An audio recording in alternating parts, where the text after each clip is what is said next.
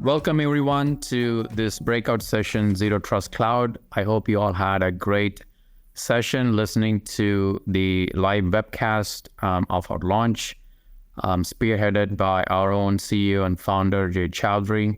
I hope the session was exciting, insightful, and we want to welcome you into this breakout session. As you can see from the title, in this breakout session, we will be going a little bit deeper into Zero Trust Cloud and segmentation in particular, some of the ideas that you probably have heard in the keynote address. My name is Sakti Chandra. I'm a Senior Director of Product Marketing at Zscaler. Joining me is Daniel Perkins. Dan, do you want to introduce yourself? Sure. Hello, everyone. My name's Dan Perkins. I'm a Principal Product Specialist focusing on microsegmentation. Wonderful. Thank you, Dan. Let's jump right into the agenda for the next 30 minutes. This is sort of the flow of conversation that we would be following. I will kick it off with a quick introduction of Zero Trust Cloud from the Zscaler perspective. Really touch quickly on some of the problems and the challenges that we see in the market when we talk to our customers, prospects. Followed by that, Dan will get into the solution and the architecture overview, giving you a whiteboard session detailing really how Zscaler has thought about a new way, an innovative approach using Zero Trust to solve some of those issues that we see when it comes to securing workloads in the cloud. And then we'll wrap it up with a product demo on some of the feature sets that we had talked about in the keynote. So let's jump right into it.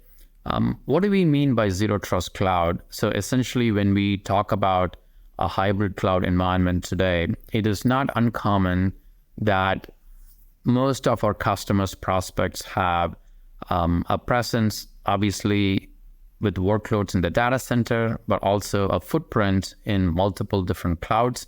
Here in this example, we are showing you two different regions in AWS West as well as AWS East, and also a footprint in Azure / GCP. It may not be exactly what you have, but it could be a representation of a typical hybrid cloud environment. So when we talk about firewall-free protection for your workloads, let's start with how Zscaler has been helping customers to really secure the outbound traffic that spans multiple regions. So here, again, we are showing AWS West and AWS East workloads being installed or deployed in each one of them. And when there is communication or traffic between, say, an application in AWS West going into AWS East, kind of the cross region, you have the capability of just using our Zero Trust Exchange based in the Zscaler Cloud to secure that traffic. The second piece of communication or support in the cloud that I wanted to highlight is cross-cloud. Essentially what this means is as traffic transverses between, let's say here in this example, AWS West to Azure or GCP, we can provide segmentation and protection for those workloads that span multiple clouds as well. Now you might be wondering what happens when the traffic traverses, let's say, from the data center into a different cloud. And in this case, we just highlighted the traffic going into AWS East. We call it as the segmentation capabilities for the hybrid cloud. So these are some of the capabilities that we have been providing customers ever since we launched our workload communications product. And we have been pretty successful in terms of helping customers really address a wide variety of workloads. And when we talk about workloads, it is a loosely defined construct that could mean a virtual machine or an EC2 instance, or even physical servers in the data center, containers, serverless functions, VDI forms, what have you, both spread in both public and the private cloud. Now, what is really driving the architecture are two key concepts. Obviously, when you talk about Zero Trust, you need to establish the workload identity. And we've been working pretty hard to support various objects through which you can define identity for a workload that you might be comfortable or using as a best practice within your environment. To list some of these here in the slide, obviously the bare bone minimums are perhaps your VPC, VNet addresses, the subnets, the IP addresses, the FUDNs, but most importantly, when it comes to the cloud workloads, perhaps the tags and the user-defined attributes, which can be used to identify a workload uniquely. Coupled with that is the authentication, and we do support out-of-the-box some native authentication capabilities. It could be basic or Kerberos or digest, and we have announced support for the JWT, the tokens as well, and you can expect that in the near future from us. Now let us shift gears, and the question that I believe that you all are probably asking, and we're interested listening to our keynote address this morning, is what happens to the crown jewel applications which are deployed within a VPC. So we're not talking about cross-region, cross-cloud, or hybrid cloud, but we are essentially taking a look deeper into what happens within a particular VPC and how does one go about securing the workloads inside the VPC. As you can see here in this illustration, within a VPC, there is a whole bunch of traffic that you can expect as you start to migrate your mission-critical workloads into the public cloud realm that you need to take aware of.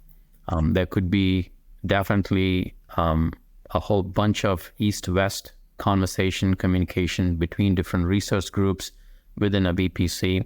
And these VPCs can also span across multiple regions or sometimes even across multiple clouds as well. So you need to start defining your security zone or application zone and think about how to secure them. Because if you don't, even though you have protected the egress traffic from one of those workloads, one of the regions, one of the availability zones, if you don't take care of what's happening within a VPC, you're going to end up with the same set of issues, which is once a particular resource or host is compromised, it's going to lend itself to lateral threat movement. And with a lot of regulation and compliance coming into play, you don't want to be at odds with any of your required compliance requirements. And most importantly, making sure that you're not extending any legacy architecture to solve in what's happening within the cloud environment, specifically the operational complexity when it comes to securing workloads within a VPC. So I'm going to walk through a few charts to help set the reference for Dan when he goes through the architectural overview and the demo of the product. I want to hit three key highlights that our agent-based segmentation product helps you to achieve. Number one, you want to ensure that you gain complete visibility into all the resources and also get an idea on the traffic flow of the communication between those resources. As I mentioned early on, we have gone to the extent of exploring all the possible avenues that you could use to identify the resource within your infrastructure. For example, the tags has been the user-defined attributes, user-defined tags has been a great importance to a lot of customers that we have been working with to ensure that our agents can discover automatically, for example, when a particular EC2 instance comes up or a container instance comes up in the AWS environment. So getting complete visibility, it really underscores the importance of making sure that you have an inventory of all the resources first within your footprint that you can then look forward to ensuring that the right security policies can be applied to secure them. The second idea, the concept, is policy management recommendations from the system. What we mean by this is, as you discover all the resources within your environment, you want to ensure that obviously beyond what you have configured, what you have planned for, recommendation from the infrastructure to ensure that all the resources are indeed covered and there is good amount of thought and processes that's been put in place to ensure that you have 100% coverage for all your critical resources in the cloud. So we have really explored the combination of analytics and AI to suggest rules to ensure, again, that the right policy is being applied to the right host or resource group. And finally, enforcement. The granular controls to eliminate the lateral threat movement is so critical.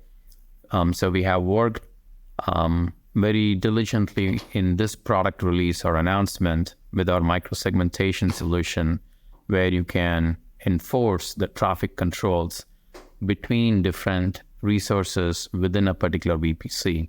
So you don't have a free reign of movement or access from one host or one resource group to another, and ensures that your workloads are segmented based on your business needs and requirements. So I hope that you were able to get a bird's eye view of some of the challenges out there when it comes to segmenting workloads within a particular VPC or a VNet in the public cloud, and some of the core principles that Zscaler brings into table to ensure that a zero trust-based architecture can be applied without the need for a deployment of a virtual or a cloud firewall or other point products to segment the workloads. With that said, I'm going to transition the conversation to Dan for him to walk through both the solution and the architecture, and also show you a quick preview of the demo of the product. Dan? Excellent. Thanks, Sakti. All right. So here we have a kind of a sort of hybrid multi-cloud environment, number of different things going on. So on the left, we have our user environments. We have an office network with user workstations secured using ZCC. We have home network. User takes a laptop home, again, secured with ZCC. And both of these facilities will tunnel to the Zero Trust Exchange and secure that traffic, either going to the internet or going to another private access location. Over on the right, we have this to represent a number of different environments, keeping in mind that ZPA can be used to build a sort of mesh between these applications or workloads. And down here, I wanted to illustrate primarily what we're talking about today, microsegmentation. And so think of this as an exploded view of one of those environments. So here we have what we call resource groups. And between those resource groups, we are able to either allow connectivity or block connectivity. And we do so using two facilities. We have an agent on the endpoint, which directly integrates with the microsegmentation solution. And we are also going to utilize appliance-based Zscaler connectors. Shifting from this view, let's go one level deeper. Here we have a lower level diagram showing close to the same thing as that exploded view, but I wanted to take a minute and walk through how I would go about segmenting this environment. Here, we already have a few components deployed. So we have our Zscaler connector. We also have a number of workloads here at the bottom and a number of cloud native endpoints. So we have a load balancer, NAT gateway, and a database. And note, the bottom of the diagram is internal to the environment, so to speak. External is above, going to the internet, going to the Zero Trust Exchange. And so how we would go about securing this would be to start creating what we call a resource group. And this is a facility of the microsegmentation solution. Resource groups let us group together these resources, these endpoints that have agents deployed to them. The agent is already collecting network flow data, so we can see what's occurring. Resource groups will let us group together like entities, like resources, so that we can minimize the amount of policy that we have to create and deploy into the environment. So now that we have two resource groups, let's take a look at the typical connectivity. So from our Zscaler connector, users would be coming in likely over ZPA. So ZPA in through to the app connector component of the Zscaler connector into the load balancer on 443. There's going to be a connection from that load balancer, of course, to our first resource group, the front end of this application stack. There's going to be connectivity from the front end to the back end. We'll say this is 9200. Let's just say that the back end is an Elasticsearch cluster. And then outbound, we might have a persistent store going to a database. And then beyond that, we might even have some admin connectivity. So keeping in mind that admins, as well as end users, connect in through ZPA to the Zscaler connector, and it will broker that connectivity to the app segments within this environment. And so it's likely that we're also going to see connections coming from this Zscaler connector to nearly every other endpoint, keeping in mind, though, that this is probably going to be port 22, 1433. And so what that really means is we have connectivity from the various different components. And if we take a look at the types of policies we would then apply to this connectivity, let's suppose this yellow represents microsegmentation policies. So those policies will be specifically these three. And then depending on that admin connectivity through ZPA, we may also say there's a policy allowing connectivity from the app connector to these resource groups. So between 3 and 5 policies, so to speak. Then if we take a look at ZPA policy, that's really coming in. So that's doing user authentication coming into that Zscaler connector and then dictating based on app segments, where can that land? And then just to wrap up the diagram, we also have ZIA, securing internet egress, because that Zscaler connector you can think of as also a cloud connector, branch connector, securing traffic going to the internet as well as to other ZPA locations. And so that traffic really is every endpoint here egressing out to the Zero Trust Exchange and then to the internet. So let's jump into the UI and we will review these policies. So here we have the ZPA UI. Zscaler microsegmentation is integrated into the ZPA UI. Here on the left, we see the menu item for microsegmentation. If we go to agent management, an agent, these are my connected agents. These are my resources, my endpoints that have the agent running on them. It's integrated with the OS security framework. It's collecting network flows so that it can present to me, the admin, information about what's occurring in my environment. Each one of these agents is also visible if we go to resource management and resources. Here we start to see some more information about that VM. Each one of these resources is a VM. In this case, it's an EC2 VM. You can see it's running Amazon Linux 2023, some metadata. The system is pulling a lot of this from IMDS and other sources. Since we have the agent already deployed and is collecting this information, it's also collecting that network flow log information. And one of the things we can look at is actually a visualization of connectivity. From here, I can click on my app zone for production, expand that, see the historical connectivity for this entity. So this all helps me understand what is occurring in my environment and then more effectively apply microsegmentation policy. So let's jump to resource management. I talked about resource groups in the diagram. Here we have a number of resource groups. I've already gone ahead and created App 1 backend, App 1 frontend. I also created 3 other unmanaged resource groups. So an unmanaged resource group is a resource group that contain the IP address or a CIDR.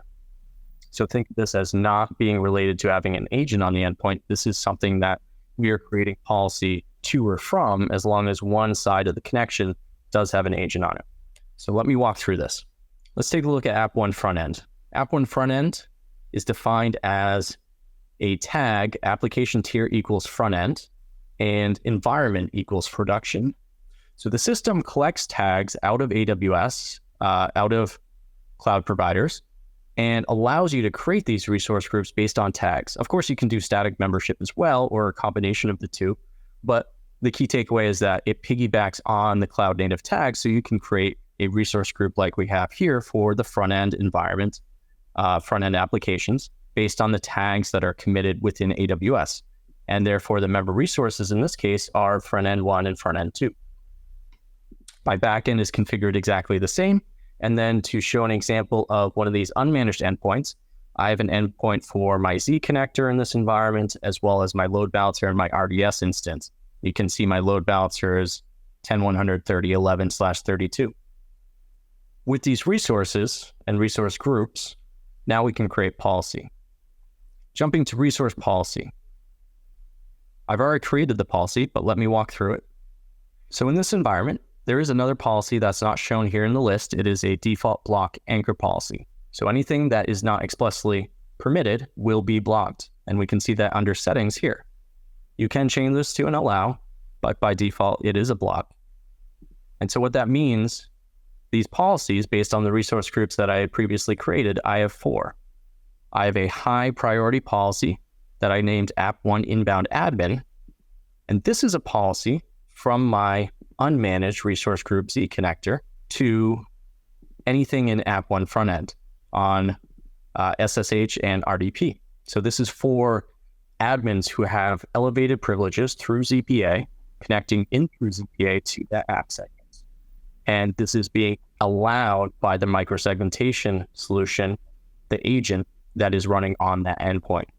So not only are you authenticating the user, brokering through ZPA, not connecting networks, connecting applications, but you're also expressly permitting only select ports to come inbound to this resource group. Taking a look at the next policy, we have app1 inbound. So this is going to dictate that load balancer to front end. You see that here in the table on port 433. Internal is the name I use to describe the connectivity from front end to back end. These are the 2 managed resource groups.